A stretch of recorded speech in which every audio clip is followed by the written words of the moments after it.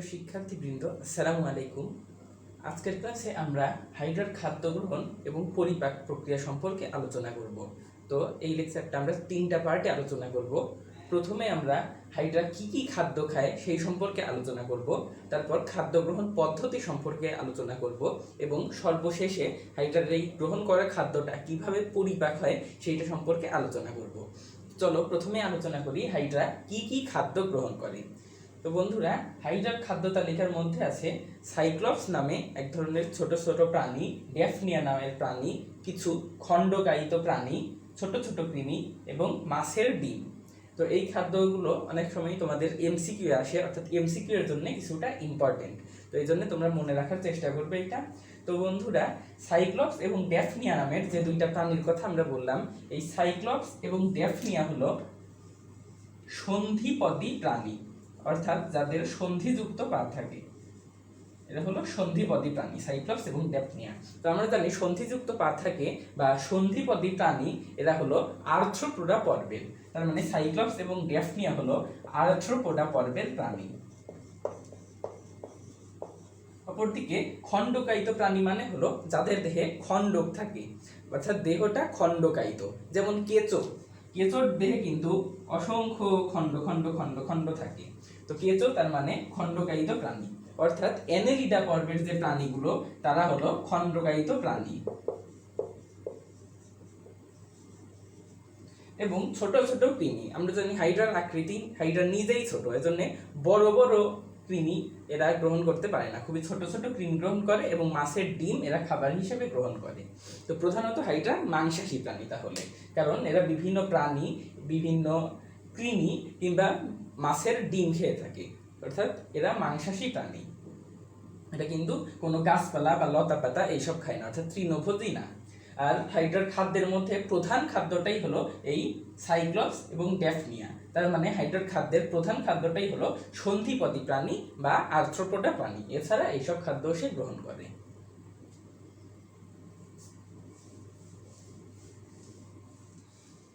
বন্ধুরা, এখন আমরা হাইড্রার খাদ্য গ্রহণ পদ্ধতি সম্পর্কে আলোচনা করব।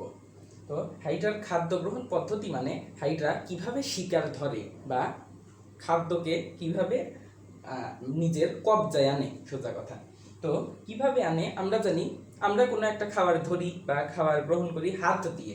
তো হাইড্রার ক্ষেত্রে হাত হিসাবে কাজ করে, আমরা সবাই জানি এই কর্ষিকাগুলো, কর্ষিকাগুলোই হাইড্রার হাত হিসাবে কাজ করে। এই দেখো অনেকগুলো কর্ষিকা আছে। তো শিকারটা যখনই হাইড্রার কর্ষিকার কাছে দিয়ে যাবে, ধরলাম এইটা কোনো একটা শিকার, এইটা হাইড্রার কর্ষিকার কাছে দিয়ে যাচ্ছে এই শিকারটা। তো তখনই কি করবে, আমরা জানি হাইড্রার কর্ষিকায় বিভিন্ন রকম নেমাটোসিস্ট থাকে। যারা আগের ক্লাসগুলো করেছো তারা দেখেছো হাইড্রার কর্ষিকায় বিভিন্ন রকম নেমাটোসিস্ট আছে। এই নেমাটোসিস্টগুলোর মধ্যে একটা আছে ভলভ্যান্ট নেমাটোসিস্ট। ভলভ্যান্ট নেমাটোসিস্টের কথা তোমরা মনে করো, দেখবে ভলভ্যান্ট নেমাটোসিস্টটা পেঁচানো বা স্থিতিস্থাপক। তো এর কাজ হলো শিকারকে পেঁচিয়ে বা আঁকড়ে ধরা। তো তখন এই কর্ষিকার, এইটা দেখো বাইরের স্তর বা এপিডার্মিস, এটা ভেতরের স্তর বা গ্যাস্ট্রোডার্মিস। তো বাইরের স্তর বা এপিডার্মিসে আমরা জানি অনেক নিডোসাইট কোষ থাকে, নিডোসাইট কোষে নেমাটোসিস্ট থাকে। এর মধ্যে যেগুলো ভলভ্যান্ট নেমাটোসিস্ট এরকম পেঁচানো পেঁচানো থাকে, সেগুলো শিকারকে পেঁচায়ে ধরে রাখে। তাহলে ভলভ্যান্ট নেমাটোসিস্টগুলো শিকারকে পেঁচায়ে বা আঁকড়ে ধরে শিকারের গতি রোধ করে। এখন আরও কিছু নেমাটোসিস্ট থাকে, যেমন তোমরা দেখেছিলে গ্লুটিন্যান্ট নেমাটোসিস্ট, স্ট্রেপটোলিন গ্লুটিন্যান্ট এবং স্টেরিওলিন গ্লুটিন্যান্ট। ধরলাম এদিকে গ্লুটিন্যান্ট নেমাটোসিস্ট আছে কিছু। তো গ্লুটিন্যান্ট নেমাটোসিস্টগুলোর কাজ হলো আঠালো রসক্ষরণ করা। তো গ্লুটিন্যান্ট নেমাটোসিস্টগুলো তাহলে শিকারকে আঠালো রসক্ষরণ করার মাধ্যমে শিকারকে আঠা দিয়ে আটকে, অর্থাৎ আটকে ধরে রাখে। এখন সর্বশেষে কি হয়, আমরা জানি স্টিনোটিল বা পেনিট্রেন্ট নেমাটোসিস্ট, অর্থাৎ যেটা আদর্শ নেমাটোসিস্ট বা সবচেয়ে বড় নেমাটোসিস্ট। এই নেমাটোসিস্টগুলোর মধ্যে হিপনোটক্সিন নামে একটা বিষাক্ত তরল পদার্থ থাকে, আমরা সবাই জানি। তো এই আদর্শ নেমাটোসিস্ট বা স্টিনোটিল বা পেনিট্রেন্ট নেমাটোসিস্টগুলো তার সূত্রকের সাহায্যে শিকারের দেহের মধ্যে হিপনোটক্সিন নামের ওই বিষাক্ত তরল পদার্থটা প্রবেশ করায় দেয়। তখন কি হয়, শিকারটা এই রাসায়নিক পদার্থের প্রভাবে মারা যায় বা মারা না গেলেও অজ্ঞান হয়ে যায় বা অবশ হয়ে যায়। তো এখন এই অবসর শিকারটাকে কোষশিকার মাধ্যমে বা কোষশিকা অবসর শিকারটাকে হাতের মতো করে ধরে হাইড্রার এখানে থাকে মুখছিদ্র, আমরা জানি। তো এই মুখছিদ্রে নিয়ে আসে। তাহলে হাইড্রার কোষশিকাটা শিকারটাকে ধরে মুখছিদ্রে নিয়ে আসলো এবং মুখছিদ্র দিয়ে হাইড্রার দেহের যে গহ্বর, আমরা জানি সিলেন্টেরোর নাম, হাইড্রার দেহের ফাঁকা গহ্বরের মধ্যে ছেড়ে দিল মুখছিদ্র দিয়ে। তাহলে ধরো শিকারটা এই পজিশনে চলে আসলো বা আরো নিচের দিকে এই পজিশনে শিকারটা চলে আসছে। তাইলে এইভাবে হাইড্রা তার বিভিন্ন রকম নেমাটোসিস্টের সাহায্যে খাদ্যকে গ্রহণ করে থাকে। তো বন্ধুরা, আমাদের খাদ্য গ্রহণ পদ্ধতি জানা হলো যে হাইড্রা কিভাবে খাদ্যকে গ্রহণ করে দেহের গহ্বরে নিয়ে আসে। তো আমরা যখন কোনো একটা খাদ্য খাই, সেই খাদ্যটা আমাদের দেহে শোষণের জন্য পরিপাক হওয়া প্রয়োজন। আমরা জানি যখন একটা খাদ্য খাই সেটা পাকস্থলীতে যাওয়ার পর পরিপাক হয়, মানে খাদ্যটা ভেঙে সরল উপাদানে পরিণত হয়। এই প্রক্রিয়াটাকে বলা হয় পরিপাক। তো হাইড্রার দেহেও খাদ্যটা এখন ভেঙে সরল উপাদানে পরিণত হবে, এইটাকে আমরা বলি পরিপাক। তো হাইড্রার পরিপাকটা দুইভাবে হয়। দেখো, হাইড্রার পরিপাকটা দুই রকম হয়, একটা হলো বহিঃকোষীয় পরিপাক, একটা হলো অন্তঃকোষীয় পরিপাক। তো বহিঃকোষীয় কি? এই সিলেন্টেরনের মধ্যে যে পরিপাকটা হবে সেটাই বহিঃকোষীয় পরিপাক, মানে হাইড্রার কোষের বাইরে। আর অন্তঃকোষীয় মানে, অন্ত শব্দের অর্থই হলো ভেতরে, তাহলে অন্তঃকোষীয় মানে আমরা বুঝতে পারছি যে যে পরিপাকটা কোষের ভেতরে হবে। কোন কোষের? আমরা জানি হাইড্রার দ্বিস্তর বিশিষ্ট কোষ থাকে। এই দেখো, এইটা হলো এপিডার্মিসের স্তর আঁকিয়েছি বাইরে, আর ভেতরের দিকে থাকে গ্যাস্ট্রোডার্মিসের স্তর। এই এপিডার্মিস এবং গ্যাস্ট্রোডার্মিসে কিছু কোষ থাকে। এই কোষগুলোর মধ্যে যে পরিপাকটা হবে সেইটাই হলো অন্তঃকোষীয় পরিপাক। তো এখন চলো দেখা যাক বহিঃকোষীয় পরিপাক কিভাবে হয়। তো বহিঃকোষীয় পরিপাকের প্রথমেই আমরা বলেছি হাইড্রা মুখছিদ্র দিয়ে খাদ্যটা গ্রহণ করে এবং সেটা সিলেন্টেরনে বা হাইড্রার দেহের যে গহ্বর, এই গহ্বরের মধ্যে আসে। দেখো, সিলেন্টেরনে বা গহ্বরের মধ্যে এসেছে। এখন কি হবে? এই শিকারটা যদি না মারা গিয়ে থাকে তাহলে তো পরিপাক শুরু হবে না। ধরো শিকারটা অজ্ঞান হয়ে আছে, এখন একে মেরে ফেলতে হবে। এই মেরে ফেলার কাজটা করবে হলো হাইড্রার গ্যাস্ট্রোডার্মিসে কিছু কোষ থাকে, নাম হলো, আমরা যারা এর আগের অধ্যায়গুলো, আগের লেকচারগুলো দেখেছি তারা জানি। গ্যাস্ট্রোডার্মিসে একটু আমি বড় করে দেখাই, এইরকম কিছু কোষ থাকে। এটা হলো গ্রন্থি কোষ। এই গ্রন্থি কোষগুলো বিভিন্ন রাসায়নিক পদার্থ কিংবা বিভিন্ন এনজাইম নিঃসৃত করে। এই গ্রন্থি কোষের নিঃসৃত পদার্থের প্রভাবে এই শিকারটার মৃত্যু ঘটে। এখন শিকারটা কেবল মারা গেছে এবং মারা যাওয়ার পরে আমান শিকারটা তো পরিপাক করা খুবই কঠিন ব্যাপার। তো আমান শিকারটা হাইড্রা পরিপাক করে না, তার আগে ভেঙে ছোট ছোট কণায় পরিণত করে নেয়। কিভাবে কণায় পরিণত করে? হাইড্রার এই দেহ প্রাচীরটা সংকোচন প্রসারণের মাধ্যমে শিকারকে দুমড়িয়ে মুচড়িয়ে একটা কণায় পরিণত করে ফেলে। তো শিকারটা এই সংকোচন প্রসারণের প্রভাবে ভেঙে ছোট ছোট কণায় পরিণত হয়ে যায়। দেখো, শিকারটা ভেঙে ছোট ছোট কণা হয়ে গেছে। এখন হাইড্রার গ্যাস্ট্রোডার্মিসেই আরো কিছু কোষ থাকে, আমরা জানি, যেগুলো পরিপাকে অংশ নেয়। কিছু ফ্লাজেলীয় কোষ থাকে এইরকম, যেটাই সুতার মতো ফ্লাজেলা থাকে। আবার কিছু ক্ষণপদীয় কোষ থাকে, আমরা জানি, এইরকম ক্ষণপদ, আঙ্গুলের মতো ক্ষণপদ থাকে তাতে। কিছু ফ্লাজেলীয় কোষ থাকে, আবার কিছু ক্ষণপদীয় কোষ থাকে।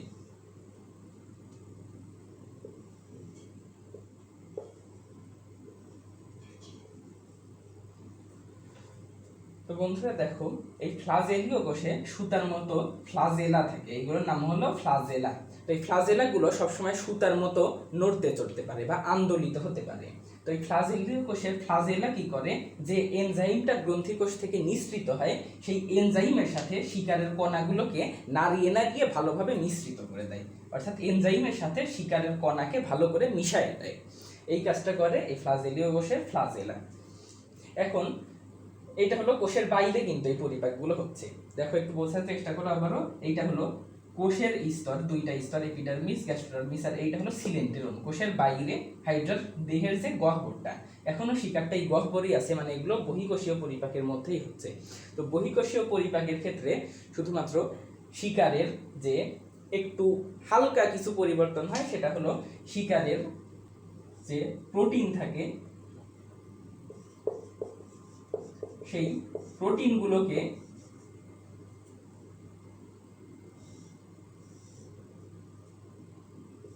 পেপসিন নামে একটা এনজাইম ভেঙে পলিপেপটাইডে পরিণত করে।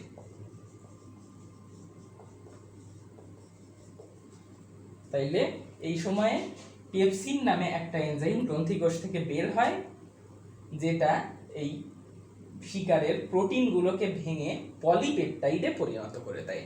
তো এই পর্যন্তই আমাদের বহিঃকোষীয় পরিপাক শেষ।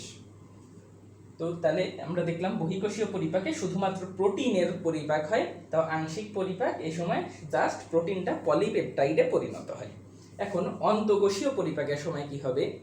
অন্তঃকোষীয় পরিপাকটা আমরা দেখে নেই। যে কণাগুলো তৈরি হয়েছে বহিঃকোষীয় পরিপাকের সময়, এই কণাগুলো যখনই একটা ক্ষণপদীয় কোষের কাছাকাছি আসে, তখন ক্ষণপদীয় কোষগুলো ক্ষণপথটাকে প্রসারিত করে। আমরা জানি আঙ্গুলের মতো এই যে ক্ষণপথ থাকে, এই ক্ষণপথগুলোকে প্রসারিত করে। এখানে ধরো কণাটা আছে, প্রসারিত করে কণার এই দিকে নিয়ে যায়, তারপর আরো প্রসারিত করে। প্রসারিত করতে করতে এক সময় কণাটাকে চারদিক দিয়ে ঘিরে ফেলে।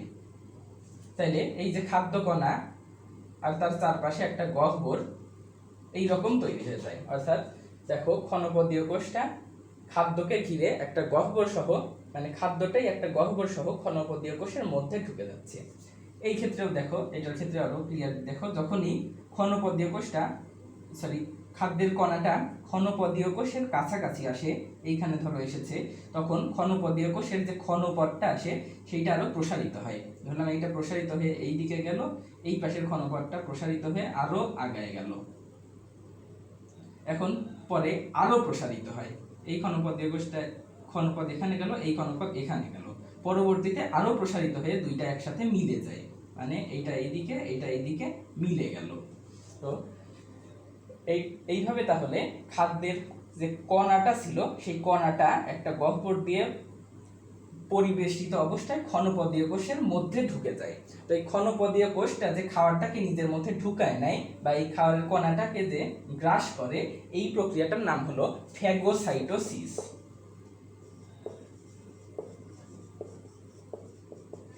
ফ্যাগোসাইটোসিস প্রক্রিয়ায় ক্ষণপদীয় কোষগুলো এই খাদ্যের কণাটাকে গলাধঃকরণ করে নেয়, অর্থাৎ ভিতরে নিয়ে নেয়। এখন তাহলে ক্ষণপদীয় কোষের মাঝখানে খাবারের যে কণাটা সেটা ঢুকে গেছে, অর্থাৎ খাবারের কণাটা এখন সিলেন্টেরন থেকে কোষের ভেতরে ঢুকে গেল। তাইলে এখন যে পরিপাকগুলো হবে সেগুলো এই কোষের ভেতরে হবে। তো কোষের ভেতরে হওয়ার কারণে এই পরিপাকগুলোকে বলা হচ্ছে অন্তঃকোষীয় পরিপাক। তো এখন কি ধরনের পরিপাক হবে? আমরা জানি প্রোটিন আগে থেকেই পলিপেপটাইডে পরিণত হয়ে আছে। এখন এই পলিপেপটাইডগুলো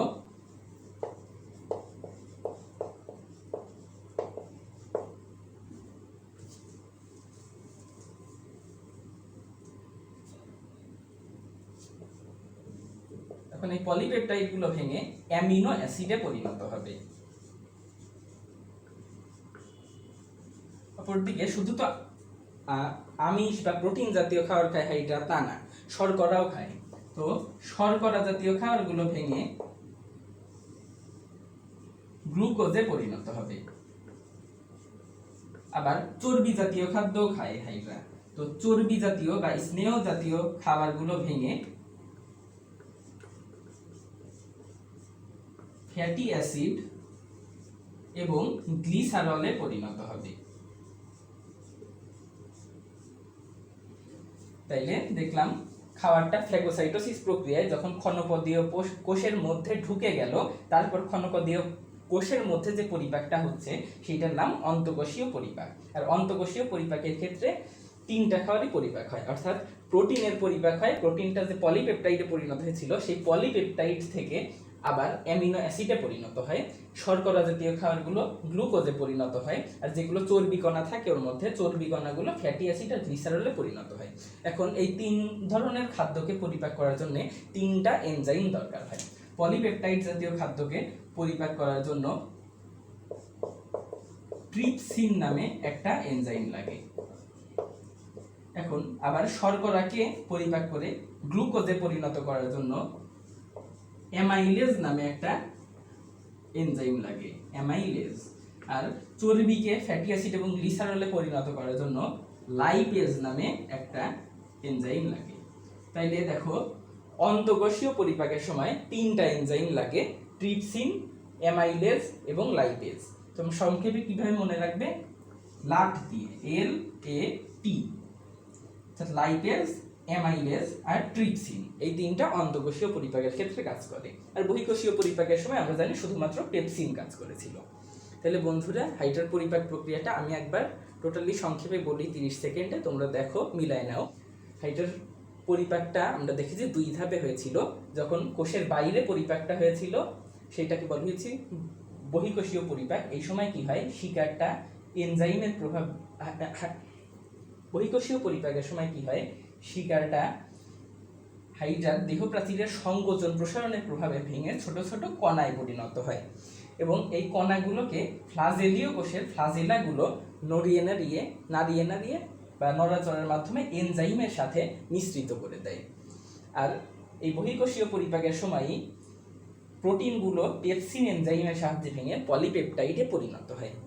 এই পর্যন্ত আমাদের বহিঃকোষীয় পরিপাক শেষ। এবার অন্তঃকোষীয় পরিপাক শুরু হয়। অন্তঃকোষীয় পরিপাকের ক্ষেত্রে এই ক্ষণপদীয় কোষের ক্ষণপদগুলো প্রসারিত হয়ে খাদ্যকে তার মধ্যে টেনে নেয় বা গলাধঃকরণ করে। এই প্রক্রিয়াটাকে আমরা বলেছিলাম ফ্যাগোসাইটোসিস। তো ফ্যাগোসাইটোসিসের মাধ্যমেই তাহলে খাবারটা ক্ষণপদীয় কোষের ভেতরে ঢুকে যায়। তো ক্ষণপদীয় কোষের ভেতরে ঢোকার পর যে পরিপাকটা হবে সেইটাকে আমরা তাহলে বলি অন্তঃকোষীয় পরিপাক, মানে কোষের ভেতরে। তো এখন কি পরিপাক হবে, পলিপেপটাইড জাতীয় বা প্রোটিন জাতীয় খাবারগুলো পলিপেপটাইডে পরিণত হয়েছিল বহিঃকোষীয় পরিপাকের সময়। সেই পলিপেপটাইডগুলোকে ট্রিপসিন এনজাইম অ্যামিনো অ্যাসিডে পরিণত করে। শর্করা জাতীয় খাবারগুলোকে অ্যামাইলেজ এনজাইম গ্লুকোজে পরিণত করে। আর চর্বি জাতীয় খাবারগুলোকে লাইপেজ এনজাইম ফ্যাটি অ্যাসিড এবং গ্লিসারলে পরিণত করে। তো বন্ধুরা তাহলে হাইড্রার পরিপাকটা শেষ হয়ে গেল। এখন পরিপাকের পর যে সরল উপাদানগুলো তৈরি হয়েছে, দেখুন amino acid, glucose, fatty acid এবং গ্লিসারল, এগুলো সব সরল উপাদান। এই উপাদানগুলো দেহ শোষণ করে নেয়। আর যেসব উপাদান দেহের জন্য লাগে না বা অপাচ্য অংশ পরিপাক হয় না, সেই উপাদানগুলো বের করে দিতে হবে।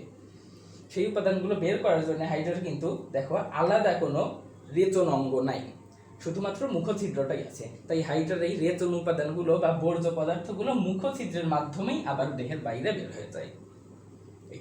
তাহলে বন্ধুরা আজকের লেকচারে আমরা হাইড্রার খাদ্য গ্রহণ পদ্ধতি সম্পর্কে জানলাম, কি কি খাদ্য খায় তাও জানলাম, এবং সর্বশেষে হাইড্রার খাদ্যগুলো কিভাবে পরিপাক হয় সেইটাও আলোচনা করলাম। তো বন্ধুরা আজকের লেকচারটি ভালো লেগে থাকলে অবশ্যই লাইক, কমেন্ট, শেয়ার করবে এবং সাবস্ক্রাইব করে আমাদের পরবর্তী লেকচারগুলো শুনবে এবং আমাদের পাশেই থাকবে, এই আশাবাদ ব্যক্ত করে আজকে এখানেই বিদায় নিচ্ছি। আল্লাহ হাফেজ।